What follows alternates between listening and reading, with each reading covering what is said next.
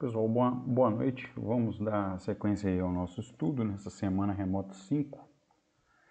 Esperávamos que fosse poucas semanas, mas chegamos à quinta semana sobre o estudo remoto. Bom, dando continuidade ainda nos modos de defesa do réu, nós analisamos 3 modalidades de defesa do réu.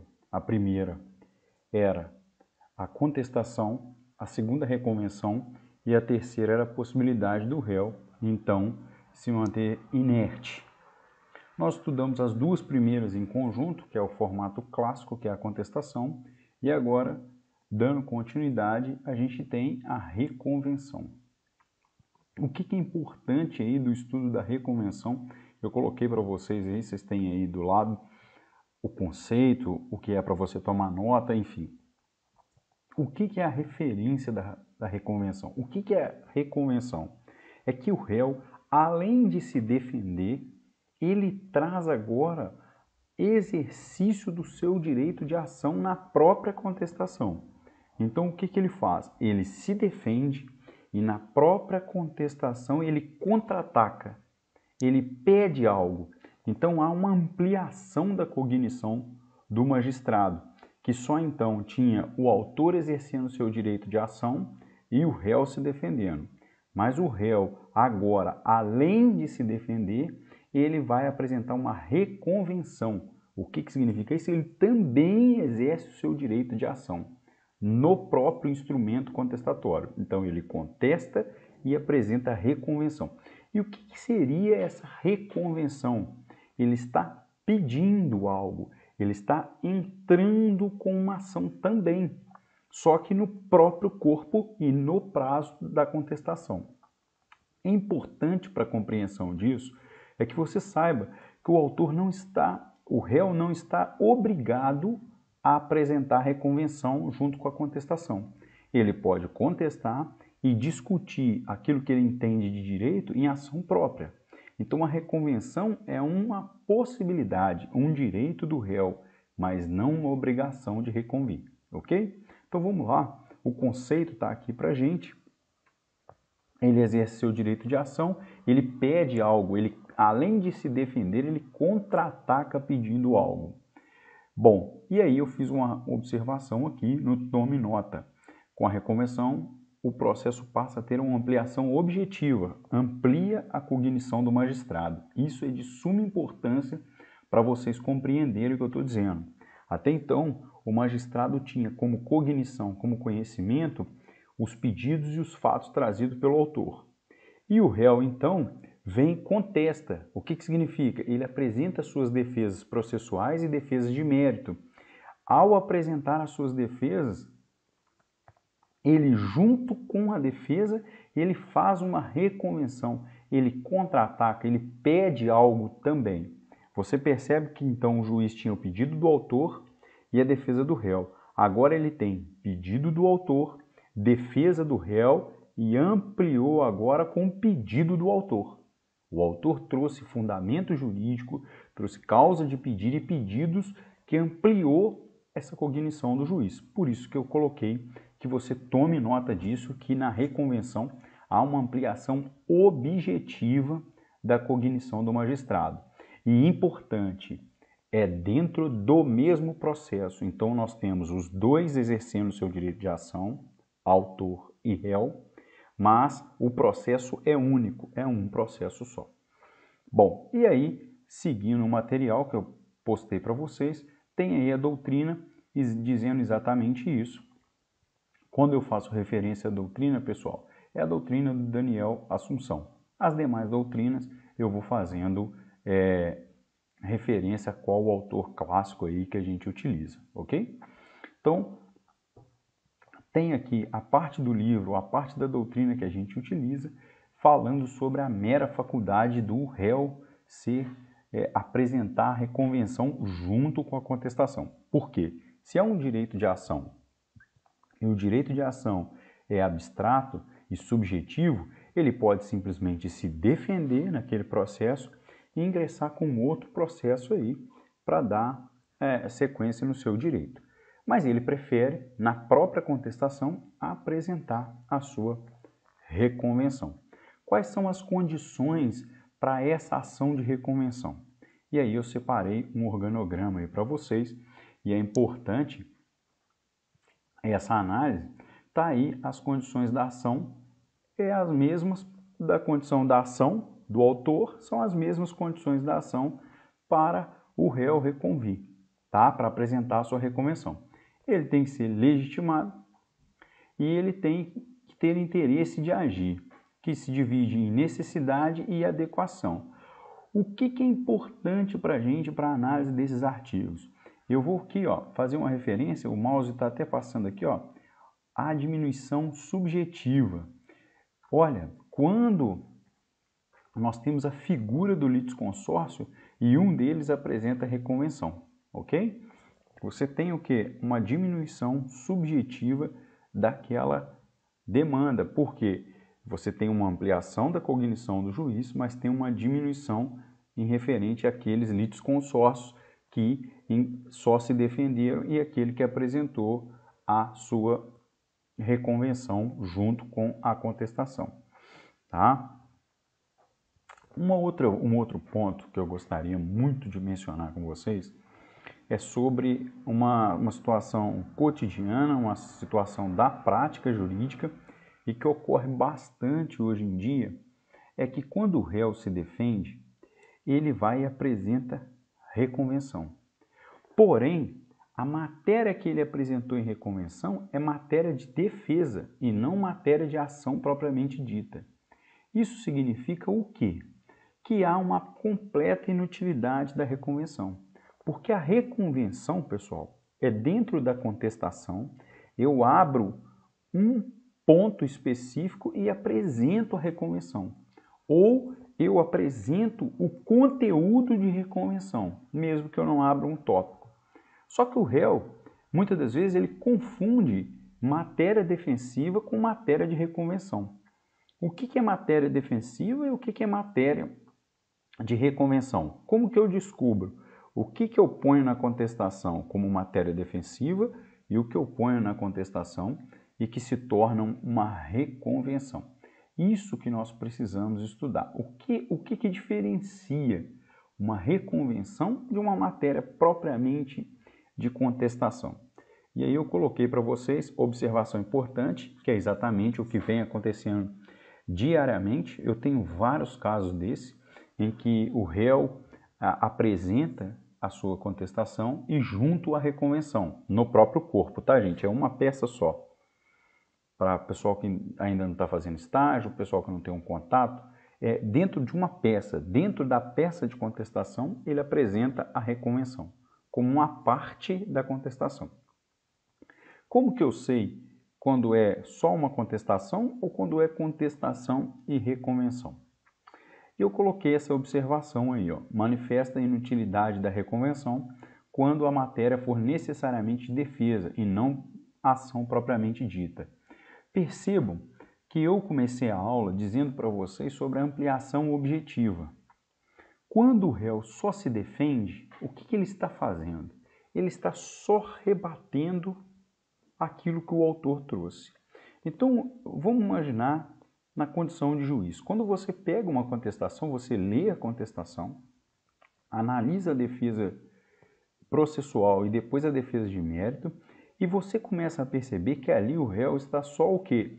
Se defendendo, está só impugnando, ele está só rebatendo aquilo que o autor trouxe de fato ou dos seus pedidos. Fatos e pedidos, ou fatos ou os pedidos. Ele vem rebatendo aquilo. Quando o réu, além de rebater, ele começa a trazer fatos e fundamentos jurídicos, ou seja, causa de pedir, diversa daquela só solicitada pelo autor, ou seja, ele ampliou o processo, além de se defender, ele está fazendo um pedido, ele está trazendo uma causa de pedir nova. Essa é a chave. Quando ele apresenta uma causa de pedir própria dele, uma causa de pedir nova. Isso amplia de forma objetiva a cognição do juiz, ele ampliou a análise feita pelo juiz. Então, para você descobrir o que é matéria de simples defesa e o que é matéria de reconvenção, Você pega a contestação e olha, fala, olha, ele só se defendeu. Ah, não, desse lado ele se defendeu, mas ele também trouxe o quê? Fatos e causa de pedir e pedidos na condenação do autor. Ele pede a condenação do autor, ele não só se defende. É muito comum você ter uma questão prática. Quando você pega só uma contestação, está lá assim, que seja julgado improcedente os pedidos do autor. Tá? Lá, basicamente, ele só se defendeu e quer que o pedido que o autor fez seja julgado improcedente. Quando é contestação e reconvenção, você há de convir comigo que ele pede que seja julgado improcedente os pedidos do autor, vírgula, e que os pedidos do réu sejam julgados procedentes. Porque se ele está fazendo uma reconvenção, é porque ele trouxe fato, fundamento jurídico e fez seus próprios pedidos. Então você começa a perceber que aquela peça não era só contestação. Além dela pedir a improcedência do autor, ela pede o quê? A procedência dos pedidos do réu na condenação do autor. Com essas informações você consegue rapidamente identificar o que é uma contestação e o que é meramente uma pura contestação e o que é uma contestação com reconvenção. Com isso, a gente passa para a análise do procedimento, que está lá no artigo 343. E aí eu transcrevi para vocês aqui uma questão mais didática mesmo, não tem nenhuma força vinculante, é mais uma orientação, que é do Fórum Permanente dos Processalistas Civis, o seu enunciado 45, porque eu estou reiteradamente falando isso aqui nessa videoaula, e o que eu quero dizer para vocês? Não é duas peças processuais, é na própria contestação, no próprio corpo da contestação vem a reconvenção. E aí, eu vou fazer a leitura desse enunciado 45, ele está aí para você, ó, eu vou apontar aqui, ó, fazer um grifozinho nele aqui, simplesmente para você ter essa noção, ó, para que se considere proposta a reconvenção, não há necessidade do uso desse nome iuris, não preciso rotular aquela peça como um nome de contestação e reconvenção. Eu não preciso criar rótulos para a peça contestatória. Ou abrir um capítulo próprio, como eu mesmo, né, pela prática comecei falando aqui, mas depois acabei deixando claro. Não é necessário que você crie nome, crie capítulo para isso. Você deve, como réu, manifestar inequivocamente o seu pedido de tutela jurisdicional. O que significa isso? Você tem que, além de se defender, você tem que pedir algo. Lembra sempre disso. Uma peça defensiva que tem contestação e reconvenção, ela sempre tem o seu finalzinho assim, ó.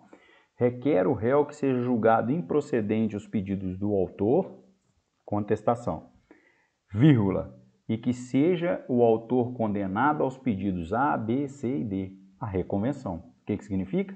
Ele se defendeu e ao mesmo tempo contra-atacou fazendo pedidos. E aí o enunciado fala isso. Você deve demonstrar de forma inequívoca que você quer algo, você pede uma tutela jurisdicional, você faz um pedido, que é o que? Maior ou de maior amplitude do que a simples improcedência da ação. Você quer improcedência como réu, mas além de querer a improcedência, você quer a condenação do autor em algo, tá? E aí você tem essa referência. Um outro ponto relevante também no material, está logo abaixo, é que o réu pode não contestar e no processo apresentar reconvenção? Pode. Elas são autônomas, elas podem ser feitas juntas ou ele pode escolher fazer uma só. Ele pode escolher fazer só a contestação e entrar com a reconvenção em ação própria. Ele pode se tornar inerte na contestação, mas apresentar reconvenção no processo. Elas possuem autonomia. E aí, eu coloquei para vocês aí, de forma bem clara, uma parte da doutrina dizendo da questão da consumação temporal e tudo que fosse necessário para a sua compreensão.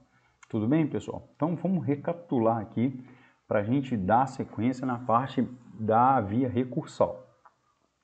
Vamos recapitular aqui até agora. O que é a reconvenção? A reconvenção é o exercício do direito de ação do réu na própria peça contestatória, em que ele, além de se defender, ele contra-ataca fazendo pedido de tutela jurisdicional em face do autor. Então ele pede a improcedência da ação promovida pelo autor e a condenação do autor nos pedidos que ele apresentou na reconvenção. Então esse é o primeiro ponto. O segundo ponto que a gente viu até agora de extrema relevância é que reconvenção e contestação elas podem ser feitas numa mesma peça. Não há necessidade de criar um rótulo. Por isso o Fórum de Processualistas, o enunciado 45, não precisa você criar um rótulo, um capítulo. Basta que você demonstre claramente que aquilo ali, além de ser uma defesa, é um contra-ataque. Você também faz pedido. E ao apresentar reconvenção, você amplia a cognição do juiz a uma ampliação objetiva. Também é um ponto relevante que nós falamos até agora. A outra questão é que elas possuem autonomia. Você pode não contestar e só apresentar reconvenção. Ou você pode só contestar e entrar com ação própria de reconvenção. Então, elas possuem autonomia. E aí surge a nossa próximo tópico aí, que está no material com o nome de via recursal. Bom, e se a ação originária foi extinta sem resolução do mérito? Vamos imaginar aqui hipoteticamente que a ação originária, aquela promovida pelo autor, ela foi extinta sem resolução do mérito. Como que fica essa situação? Bom, aí tá que pela autonomia, imagina que o autor entrou com a ação, o réu contestou e apresentou reconvenção. O juiz foi lá e extinguiu a ação principal, a originária promovida pelo autor, ele extinguiu sem resolução do mérito. O que acontece com esse processo? Bom, está aqui de forma bem clara. As decisões que extinguem de forma terminativa e antecedente a ação principal ou a reconvenção sempre são de natureza interlocutória. Portanto, teoricamente caberia agravo de instrumento, mas o artigo 1015 não comporta essa possibilidade, porque ele é segundo a maioria da doutrina, ele é um rol taxativo, mas é uma decisão interlocutória que deveria caber agravo de instrumento. Então eu vou repetir, se eu tenho a ação promovida pelo autor, a contestação e a reconvenção apresentadas pelo réu, se tanto a ação originária ou a reconvenção forem extintas sem resolução do mérito ou for extinta de forma terminativa, antecipada, ou seja, não foi por sentença, porque uma outra parte continua, essa decisão ela é de natureza interlocutória, ok? Se nós estamos diante de uma decisão interlocutória, caberia o quê? Agravo de instrumento. Mas essa hipótese que eu estou dizendo para vocês não está prevista no 1015. Esse é um caso de relativização ou de um rol taxativo mitigado. É essa hipótese, e o STJ já falou sobre isso, sobre a hipótese de mitigar o rol taxativo do agravo de instrumento. Está aqui um excelente exemplo. Se você for fazer uma leitura simples do rol do 1015, você não vai encontrar essa hipótese, mas é agravo de instrumento pela natureza da ação, que é uma decisão interlocutória. Também aí coloquei para vocês. Tá? Bom, outro fundamento importante aí, para a gente dar continuidade, é a reconvenção da reconvenção. Eu posso então, o autor entrou com a ação, o réu apresentou contestação e reconvenção, é possível a reconvenção da reconvenção? Bom, a doutrina deixa em aberto isso, dizendo, olha, há a possibilidade de criar-se reconvenções sucessivas, mas na prática isso não ocorre, tá? Por quê? A próprio requisito para a reconvenção, que são conexões de ações, não vão existir mais à medida que o réu apresentou sua reconvenção, porque não há como ter uma reconvenção da reconvenção na prática, pelo próprio objeto. E a reconvenção, ela pode ser passível de ocorrer pela doutrina, Mas na prática, o próprio Daniel Assunção fala que é raríssimo esse caso, por causa que existem os requisitos de conexão com a defesa. Então eu tenho que, dentro da minha contestação, permitir uma conexão com uma contra-ataque do autor, o contra-ataque do contra-ataque. São hipóteses extremamente raras, dificilmente eu vi isso em prova e, enfim, há uma necessidade de se falar sobre isso, né? Mas a prática é que isso não ocorre e se ocorre são casos extremamente raros e de pouco impacto aí pra gente. Tudo bem, pessoal? Bom, então nós temos a contestação que se divide em defesa processual e defesa de mérito. Nunca esqueçam do artigo 337, as preliminares e as prejudiciais, sejam elas dilatórias ou peremptórias, tá? E agora a gente tem a reconvenção, que é necessário que tenha os mesmos pressupostos da ação, tá? E amplia a cognição. E aí agora a gente passa para uma outra situação, um outro tópico da matéria, que é a revelia, na sequência do material aí que eu coloquei para vocês. O que é a revelia? Muita atenção aqui, pessoal, para você não confundir revelia como conceito jurídico e efeito da revelia. O que é a revelia e quais são os efeitos da revelia? Essa aula sobre revelia, na verdade, a gente acaba desmistificando mais do que propriamente explicando. Porque todo mundo tem uma noção de revelia, ainda mais quando chega nesse período, que revelia significa procedência da ação. Ah, o réu não contestou, significa que o autor ganhou a ação. Eu já vi isso, já contei isso em sala de aula. Então vamos lá. O que é o conceito de revelia? O conceito de revelia é um fato gerado pela ausência de contestação. Então o que significa revelia? Revelia é um fato, um estado do processo ocorrido pela ausência de contestação por parte do réu. Então, o réu devidamente citado não contestou, deixou transcorrer o prazo de contestação. Isso é o conceito. Está aqui com uma setinha vermelha para vocês entenderem a diferença entre conceito. O que são os efeitos da revelia? Quando ela ocorre, quais são os efeitos da revelia? É a presunção relativa da veracidade dos fatos alegados pelo autor. Essa presunção de veracidade dos fatos, ela é relativa. O que significa?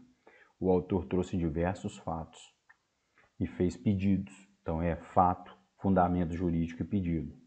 Então a causa de pedir ele apresentou e fez diversos pedidos. O réu veio e tinha o ônus da impugnação específica dos fatos trazidos pelo autor. Isso é ônus do réu. O réu, então, na contestação, ele tem que impugnar de forma específica os fatos trazidos pelo autor. Quando ele deixa de apresentar a contestação, você concorda que ele não impugnou de forma específica os fatos que o autor trouxe. Portanto, ao não contestar, transcorrer o prazo de 15 dias úteis, aplica-se a revelia. O que é a revelia? É esse fato dele não contestar. Quais são os efeitos da ausência de contestação dele? A presunção relativa da veracidade dos fatos que ele trouxe. Por que relativa? Porque é óbvio que se pode fazer prova em contrário dos fatos que ele trouxe. Mesmo o réu pode produzir prova ao longo do processo. Ok? Bom, está aqui os efeitos. Os fatos alegados pelo autor são presumidos verdadeiros, é o que eu estou dizendo. Desnecessidade de intimação do réu, nós vamos ver 3 correntes sobre isso. E o julgamento antecipado do processo, quando o juiz entende que não é necessário mais produzir provas. Então esses são os efeitos, tá? Aqui eu coloco que é importante consideração para o aluno que os efeitos da revelia não podem se confundir com a procedência da ação. Óbvio, é o que eu estou acabando de dizer para vocês. E a revelia? Ela pode existir, pode não produzir efeito algum? Sim, pus para vocês o artigo 345. É um caso em que ocorre a revelia, mas que não gera presunção de veracidade dos fatos. Quando você tem litisconsórcio, um contestou, a contestação de um serve para os demais. Então, eu tenho 3 réus, um contestou, eu aplico revelia nos 2 que não contestaram? Não, com base no 345. Direito indisponível, é cabível revelia em direito disponível? Também não. E, no caso de vício da petição inicial, e quando os fatos trazidos pelo autor, por isso que eu falei que era relativo, os fatos trazidos pelo autor forem verossímeis, não tem nem aparência de verossimilhança. Então, nesses casos, o juiz não presume verdadeiro os fatos alegados por ele. Ok, pessoal? Bom, e aqui eu coloco para vocês uma parte interessante. Deixo a ressalva de que, uma vez que ocorreu a revelia no processo, não significa que há procedência da ação. Você está vendo aí, é possível um processo ser aplicado a revelia, mas não ter efeito algum a revelia nas hipóteses do 345. Bom, um dos efeitos da revelia é a desnecessidade de intimação do réu. O que significa isso? Que o réu revel não precisa mais ser intimado ao longo do processo. Para que esse efeito ocorra, é necessário 2 requisitos: que ele seja revel, lógico, e que ele não tenha advogado cadastrado, porque se ele tiver advogado cadastrado, é o advogado que vai recebendo as intimações ao longo do processo, ok? E aí surge uma confusão doutrinária, no melhor sentido, sobre a sentença. Ele precisa ser intimado se ele não tiver advogado cadastrado? Porque se ele tiver advogado cadastrado, nós já sabemos, intima o advogado. Mas ele é revel e não tem advogado cadastrado. Da sentença ele precisa ser intimado? Surge aí 3 correntes. A primeira delas, dizendo que ele não precisa ser intimado de nada, nem pela imprensa oficial, nem pelo diário oficial. A segunda corrente fala, olha, ele tem que ser intimado e tem que ser intimado pessoalmente, já que ele é revel e não tem advogado cadastrado.